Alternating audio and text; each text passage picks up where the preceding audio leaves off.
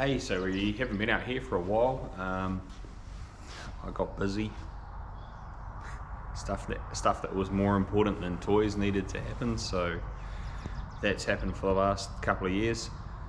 But I've found time, made time, done something to make sure we can get out here and do some stuff. So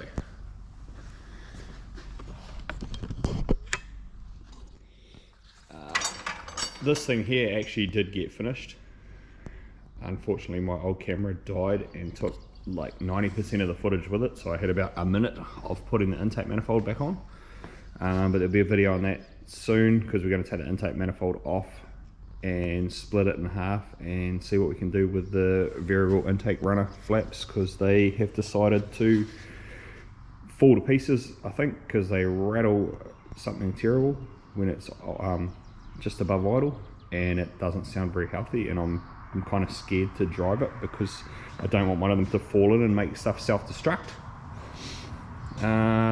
Absolutely nothing has happened to the Corolla. It's just got covered in a sheet because guys are doing some panel beating out here at the moment. We got a truck in the corner that's got water in the oil, and just trying to find out where that's coming from, and then we'll get that going. So there'll probably be some videos on that eventually. Pontiac's still sitting over there, cover on it as well because of sanding, dust and whatnot. That's nothing, don't worry about that. Land Cruiser, at the moment we're just doing a disc brake conversion on the front of it. There'll be a video on this because I haven't pulled the other side apart yet. I'm just trying to get parts. So once I've got everything for that, we'll do a video on pulling that apart and putting it back together and what's involved in converting it from front drums to front discs, and we'll change the master cylinder and booster and other bits and pieces as well, and then get that back on the road because it's been off the road for way too long. Bambina is waiting to get a new floor put in it, pretty much. Nothing much is happening with that at the moment.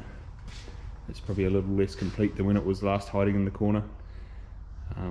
But yeah, it's got a floor coming and it's got to get welded in, which won't be something I'll be doing because I don't know what I'm doing when it comes to that shit. And the Beetle, some parts might have sort of fallen off it. There was a little tiny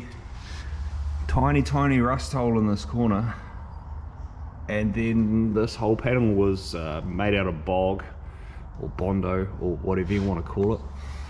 And then they got in here, and that is expanding foam holding the bottom of the A pillar to the frame.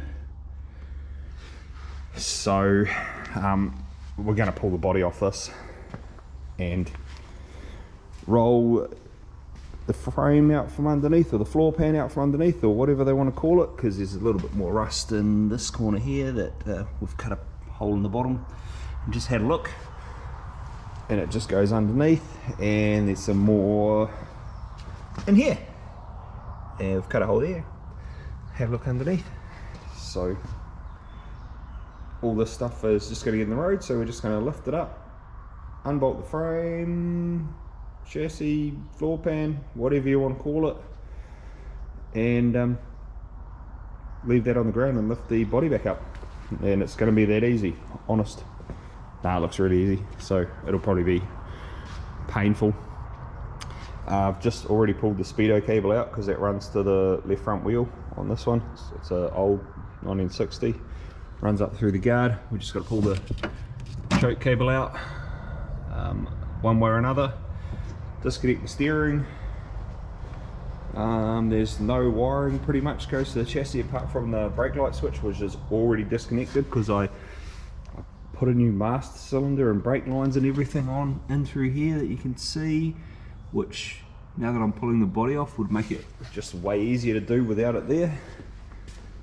And we'll drain the fuel out because it's full of mank old stale fuel anyway, so we can just drain that straight into a container and throw it out. And then we'll just undo the body bolts and it'll just lift off just like that. So we'll see what happens.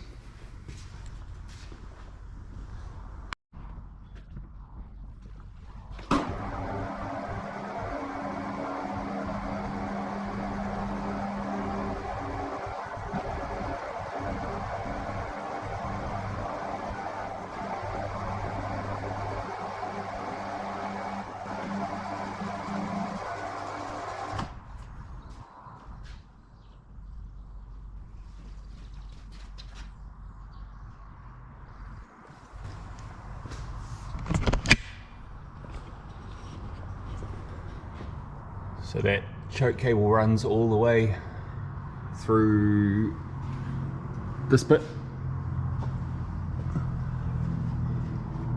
and out the front and around and up through the firewall. So I think it's, if we can, it's going to be easiest to disconnect it inside,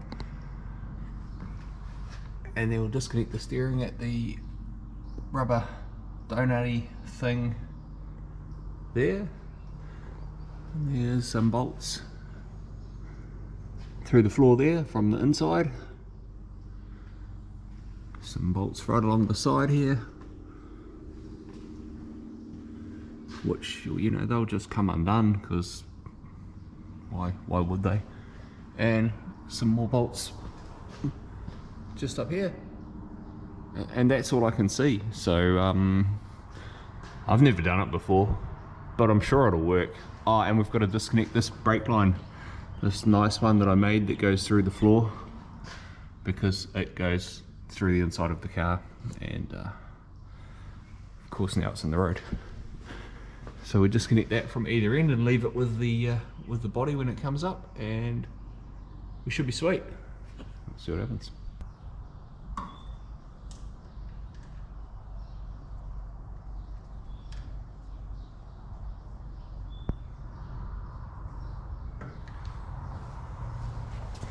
No real point in undoing that because that piece of hose is completely rotten, so we'll just chop off.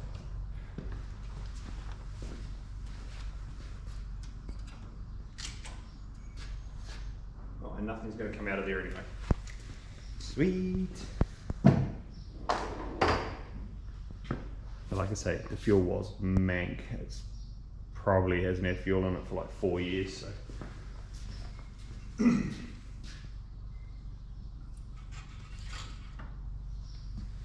Cable looks like it has to come through the tank. Goes right in the middle of the, I think so. Sure how that works. Someone's going to make it already neat, but anyway. We'll see.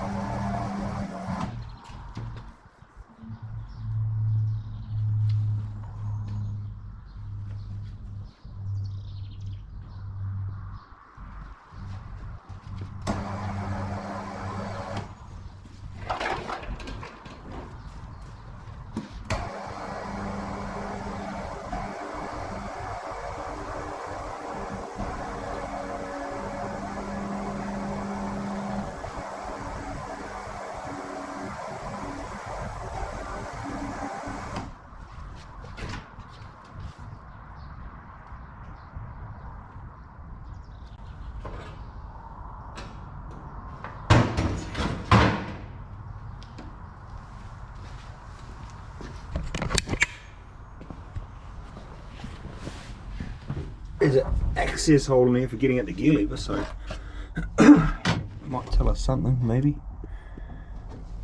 Maybe if I get a torch it'll tell us something. There's the cables. Ah, it goes inside a steel tube. That's a good idea. So I'll find a torch / phone, like every good mechanic. Can never find a torch, can always find a phone. So there's a couple of steel tubes running through the inside of the thing, and there's your gear linkage as well, which we've obviously taken off ages ago. I imagine if we pull the gear lever out we can probably see through that hole too. And then it comes out here at the front. So not all bad. We'll pull that little cover off and see what we can find under there.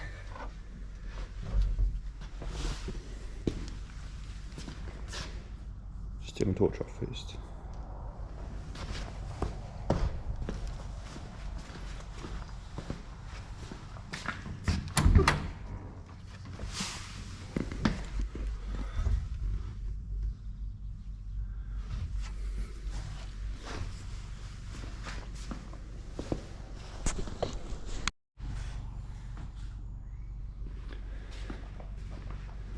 So it turns out getting the cable out is actually real technical.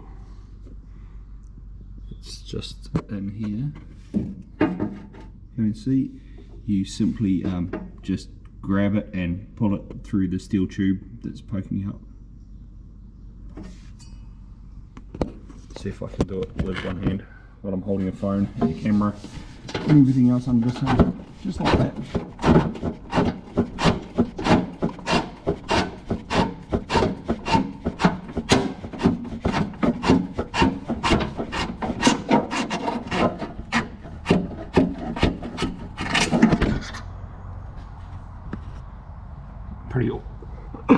Pretty awesome camera work there. I couldn't see what I was doing at all, but yeah, that's the cable. It just goes through that hole and comes out the other end of the car. Real difficult. So I'll take that fuel line off there, undo a couple of bolts in this rubber drive plate, and then we should be able to undo the body bolts and lift it up. So we'll undo these and see. So we got that off, and you'll have to believe me, the hardest part of the whole thing was getting the split pins out of the castle nuts.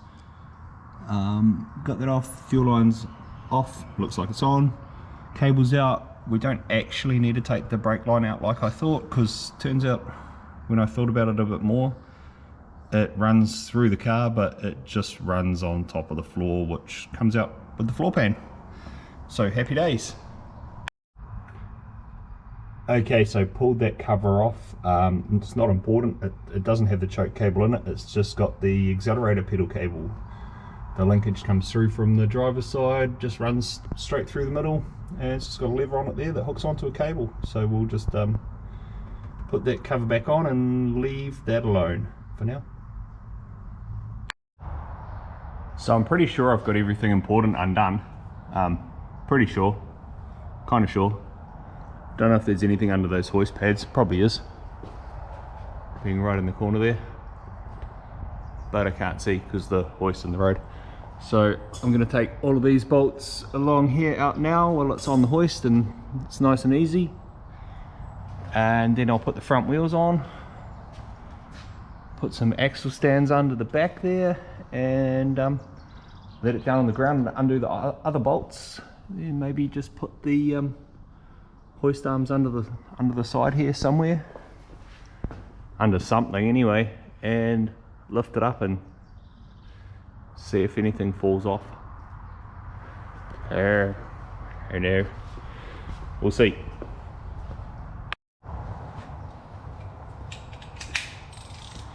Okay, so you're probably going to ask why I'm not using an impact, because I don't want to break everything off, because I've broken plenty of shit off before using an impact when it's been in the floor pan for who knows how long. Probably a bit safer when you've got a bit of feeling with your hands. I don't really want to have to remove a whole lot of broken bolts, which it might have to do anyway by the feel of this one.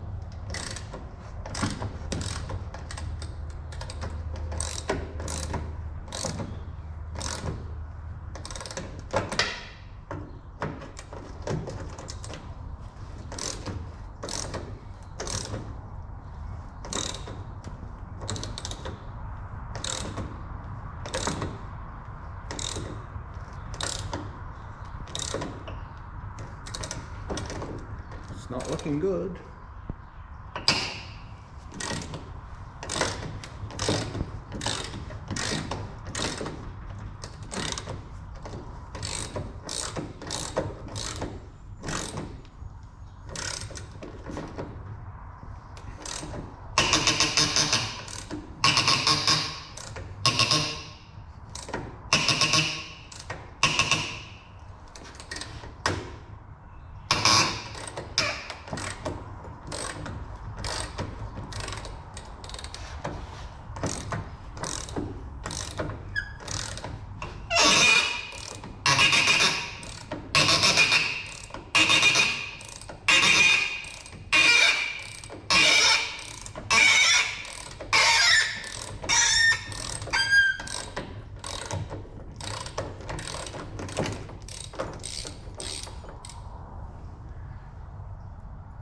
pretty much guarantee with the impact that would have been a 2-piece bolt, and 2-piece bolts are kind of hard to put back in. So we'll try not to make too many of those.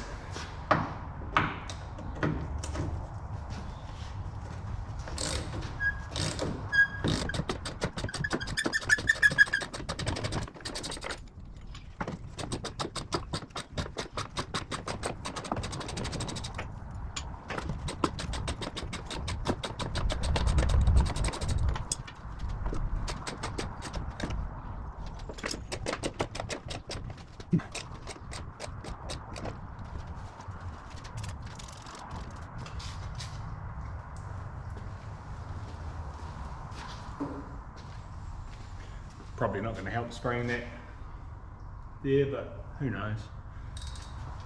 Makes me feel better.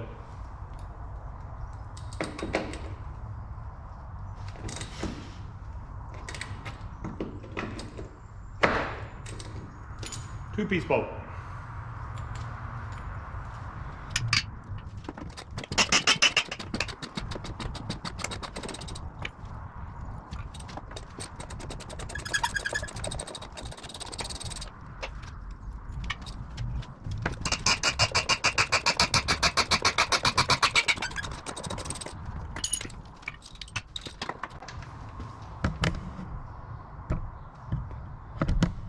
Only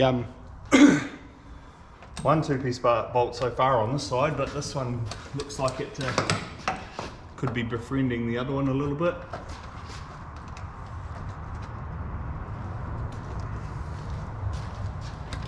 Maybe.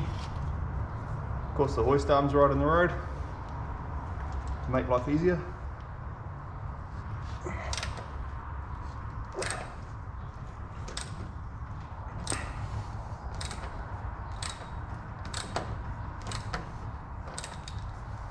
Might come out. Move that camera before I knock it over. So I got all the bolts out of this side without breaking the last one, and hopefully there's nothing under there. So we've only got one broken one, which is pretty good really. When I was up here I noticed that there's some going along the back as well that you get from the inside, so I might go inside and try and get them. I've already doused them in WD-40, so take those out before I unbolt all the ones along the other side, and yeah, hopefully they come out without breaking. We'll see.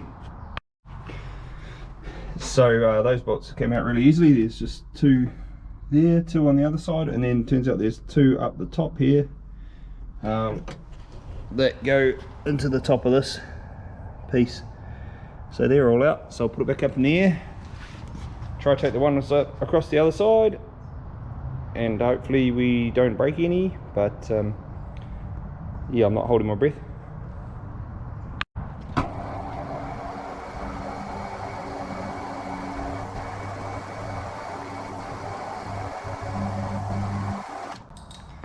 See how many we can break on this side. Hopefully 0. Most likely not the case.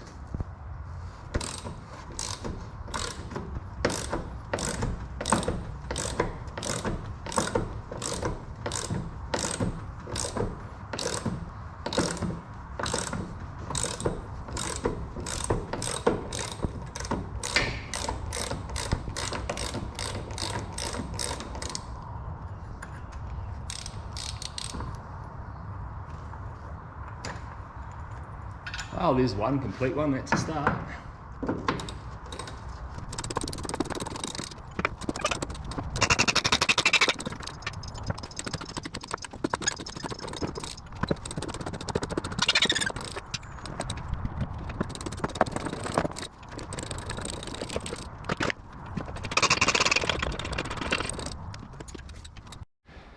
So we managed to get all of them out with only one broken, which is pretty epic in my eyes. Let it down, put some wheels on it, take the body mounts off that are bolted from up the top, and then we'll try to lift it up, see what happens. So me being me, I managed to lose the container that's got all the bolts for the guards. and the wheel bolts. It's somewhere in here, but luckily I've found some spare ones so I can bolt the wheel on. So we'll put that on.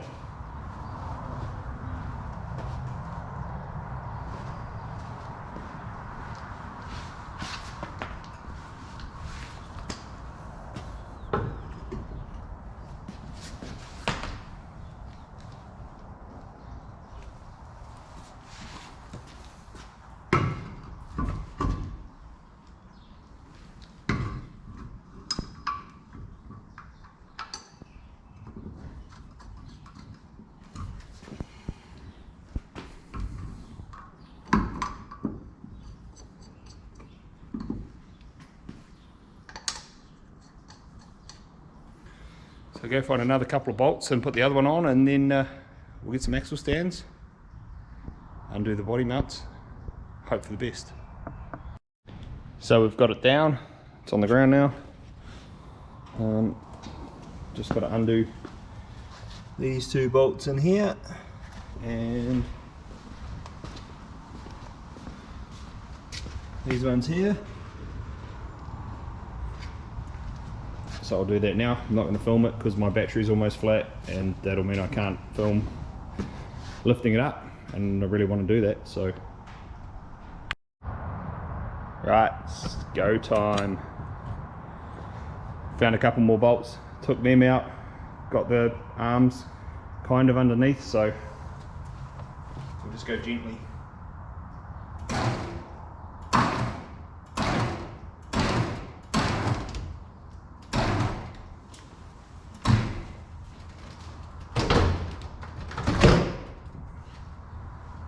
Good.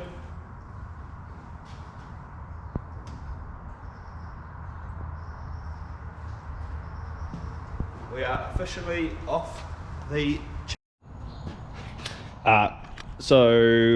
like I thought, battery ran out right at the most inopportune moment, so we've got our super technical cable operated camera now, but the body's come up. I'm going to have to reposition the hoist to get around these brackets, the jacking points, whatever you want to call them, and might need to wait for one of my mates to come around to help me lift the body a little bit and just slide the hoist a bit further underneath. There are two bolts here at the front that where the hoist pads were originally on. Everything else is out. There's a wire there that's not actually connected to anything, it's just hanging down the back. Everything at the front seems to be clear, not that you can really see much because I don't have a torch. Honest, one day I will be organised, but it's probably not going to be today.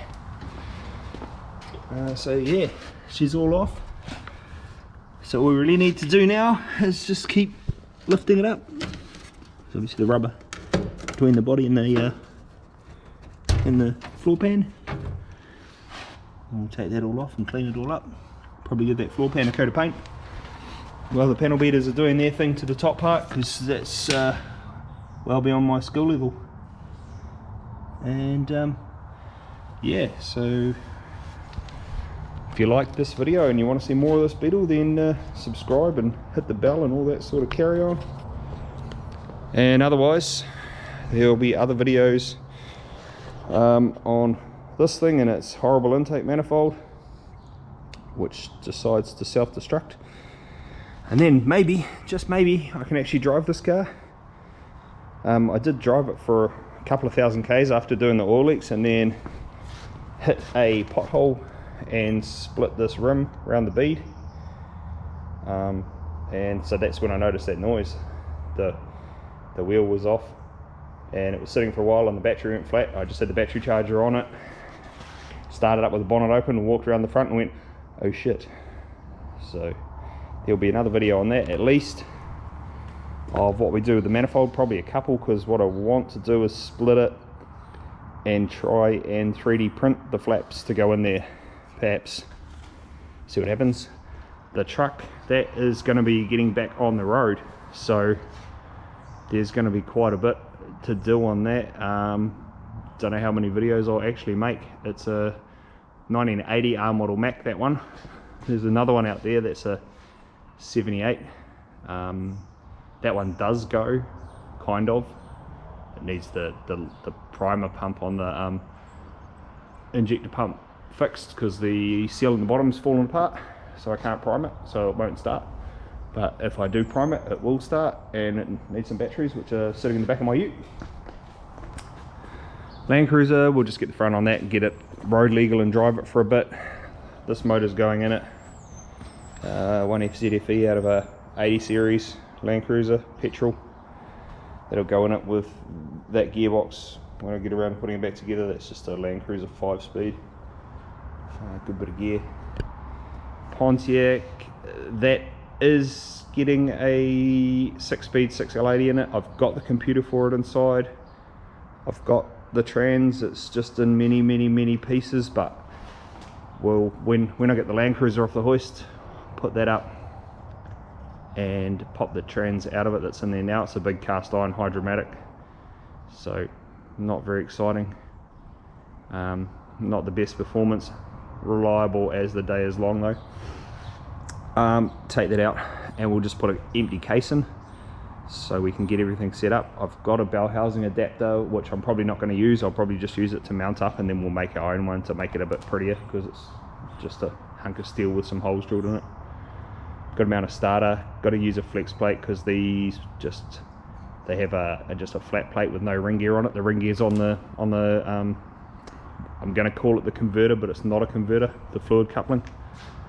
And so we'll get that into there, make a drive shaft, and then actually build a trans to go in it, wire the computer up that makes the trans work, drive it, see if the trans works, and then pull the heads off, put some alloy heads on it, put a alloy intake manifold on it because it's just a big cast iron one at the moment, pull the triple carbs off and put them nicely in the corner somewhere because I've decided that I don't like carburetors because those ones are all worn out, and to recon them is going to be a fortune, and then I still have carburetors.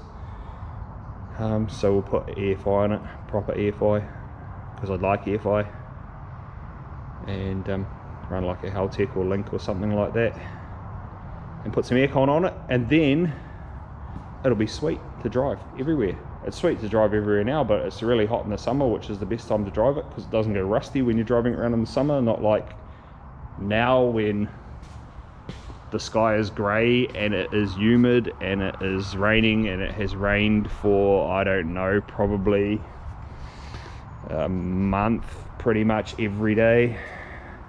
Not good weather for old cars because they just get wet and they stay wet and they stay wet and they rust.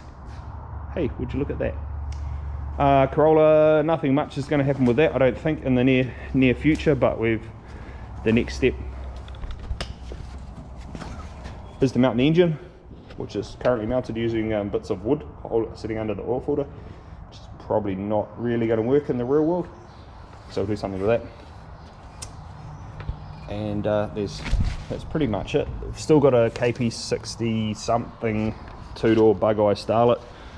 It's in the other shed, but that's got a warrant, it's got a rego, and it's being driven at the moment. So yeah, that doesn't really need a whole lot. It's going to get some little 13-inch SSR mesh wheels on it, but apart from that, it's sticking with the 2k 1000cc of raw power, and that'll be that for a while. And there's a Radisich Telstar over there, which also doesn't really need anything at the moment. It will need an engine rebuild at some stage though, because it smokes really badly and uses heaps of oil, but that's a whole other problem. So yeah, if you want to see any of that, like and subscribe, and I will try and make a video every couple of weeks, and we'll see what happens. It'll probably happen, but I've got heaps of shit to do, so I don't really have any excuse not to. Cheers, see you next time.